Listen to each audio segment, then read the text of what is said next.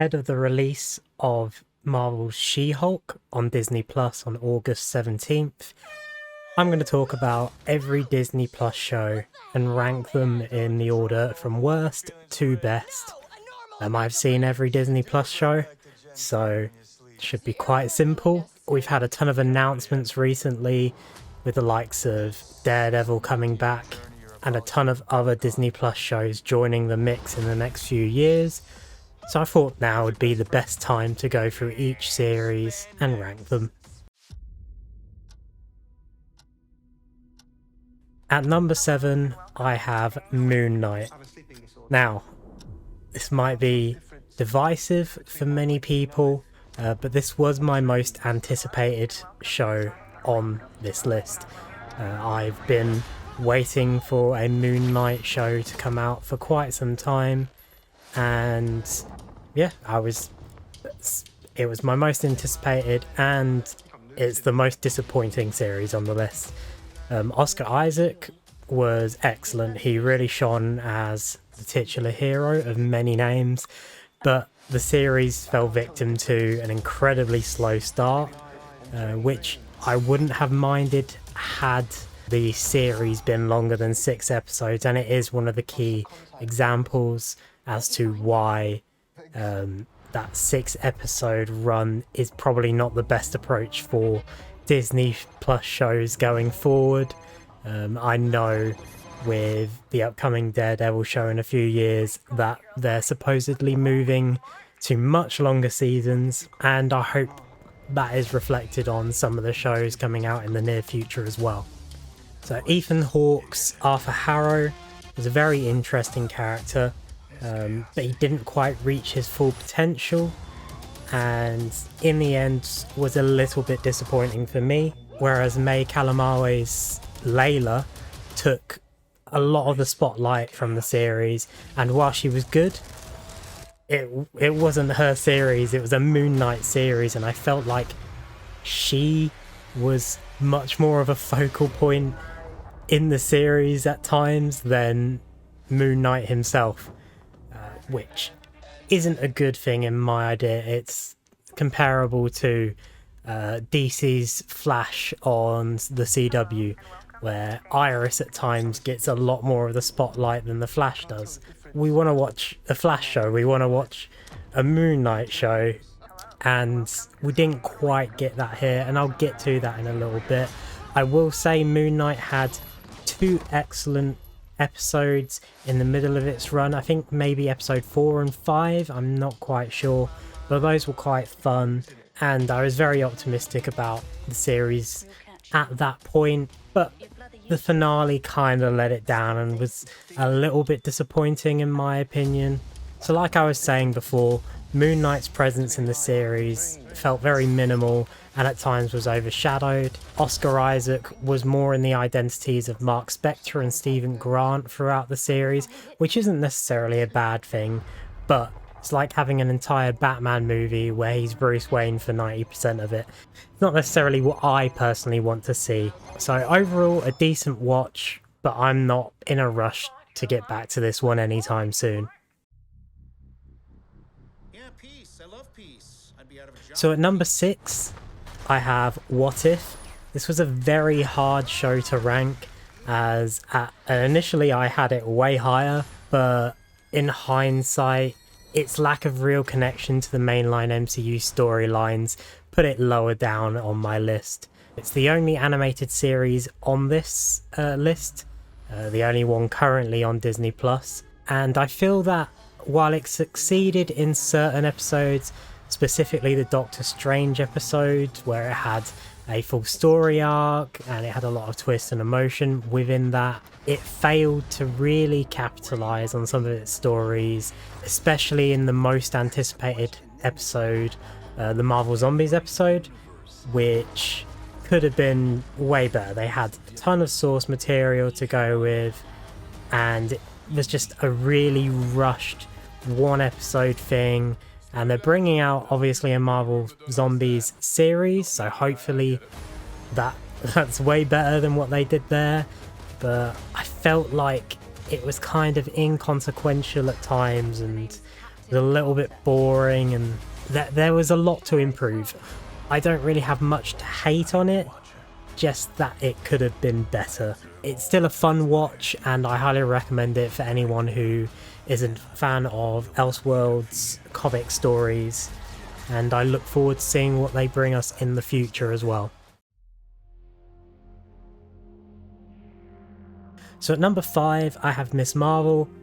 This was a very hard one to rank as well. I initially also had this higher, but I decided to put it down just a little bit for some of the reasons I'll bring up in a second.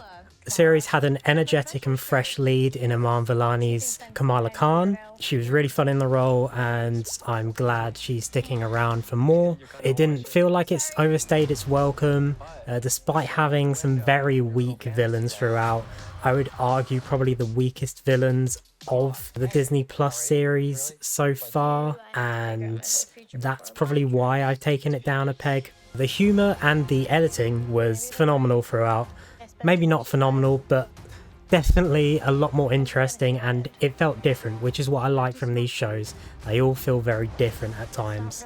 There was a solid cast of characters that greatly enhanced the experience as well, and a very interesting twist near the end of the series, which, spoiler alert here, so skip forward if you don't want to hear, but could hint at the introduction of the X-Men in the mainline MCU, which would be awesome, and adds a lot of intrigue to where the universe could be heading soon.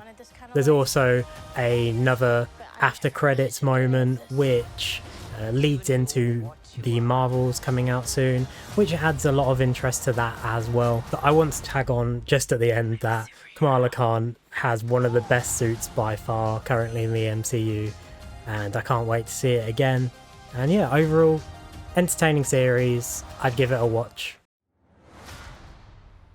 It feels like it belongs to someone else. Okay, at number 4 we have the Falcon and the Winter Soldier. A fantastic cast of characters, all returning from previous outings from Captain America and beyond. Most prominently the leads of Anthony Mackie and Sebastian Stan. They really do help to salvage what I found to be a rather lackluster series at times. Wyatt Russell's John Walker was a very interesting, if not underutilized character that I hope we see more of in the future in upcoming movies and shows. Most likely going to see him feature in the upcoming Thunderbolts movie, but we will wait and see on that. The return of Zemo was also a very welcome addition to the series, though the show suffered greatly from a boring set of villains in the Flag Smashers, and a rather unremarkable storyline throughout. The series was really at its best when it was focusing on Falcon's transition to Captain America and the events surrounding John Walker, which were soon left behind and not made the focus where they should have been later on in the series. I think the series would have done better just eliminating the Flag Smashers altogether and focusing on John Walker. But we're past that now. And overall, it's a series that had a lot of missed potential, but it's still a fun time, especially for fans of Captain America movies. And they've got something to look forward to with Captain America New World Order coming out very soon. This is the first Christmas we've had together. At number 3, might be a surprise to a lot of people, but Hawkeye. I'm a big fan of Jeremy Renner's Hawkeye, and Jeremy Renner as a person as well. And this was a very wholesome 6-episode Christmas affair, which really put the spotlight on his character, and it was one that should have come many years before, and I'm glad we just got something now. It was also a great introduction to Haley Steinfeld as Kate Bishop, and the series did capitalise on obviously the first Avengers with Kate Bishop's backstory, but it's one of the best examples we've had so far of a show or a movie capitalising on the events of Infinity War and Endgame's blip. Obviously everyone disappearing and then coming back 5 years later. It's one of the only shows that really did this. Of course, Falcon and the Winter Soldier did, but a lot of the shows just didn't really focus on this anymore. And the movies, especially the movies kind of just completely forgot about this now. And you know, it's quite such a big thing to have forgotten about it so quickly. It's a bit weird, and I don't really understand why, but I'm glad we had something like this that really focused on Hawkeye's last 5 years. What did he do, and how he's trying to absolve himself of that.